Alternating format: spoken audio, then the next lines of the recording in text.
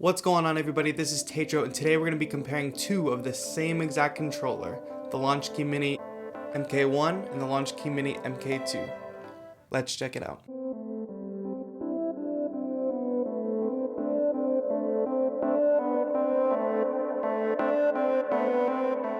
Alright, first things first, if you like live electronic music performances, tutorials, and free sound packs, be sure to subscribe to this channel down below.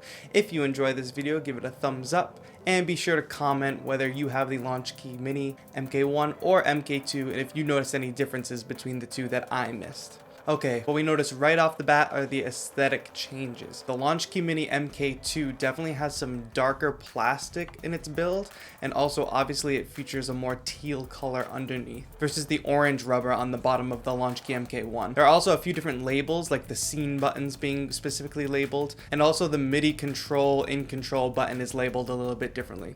Other than that, they have the same function, they're just labeled slightly differently. You'll notice that the scene launch buttons are also slightly different with some black coating on the top. Personally, I like the teal color a lot better than the orange, and the darker color on top goes with my black aesthetic that I have in my studio. When you put the two next to each other, it almost makes the MkI look like it's been faded. Some people are assuming that this newer version features RGB lights, so it has more than the typical red, green, and yellow lighting.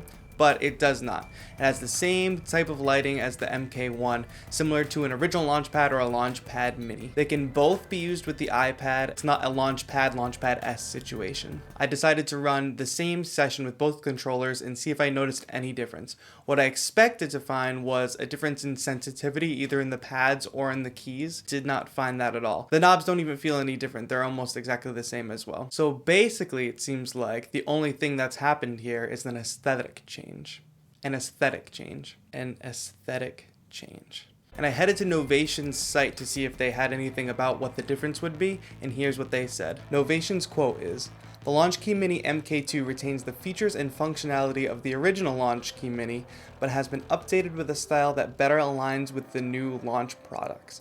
The Launchkey Mini MkII will be able to connect to not only Ableton Live, but it will also be able to be used with the Launchpad app using only the camera connection kit, as well as retaining its FL Studio functionality." So basically they switched it up so it would match the other controllers, and I think this is a good move, and the price reflects that. It's not like with iPhones where you might get like an iPhone 5, an iPhone 6, or an iPhone 6 and 7 where the differences aren't that clear, but they charge a big premium for the newest product. It's not like that.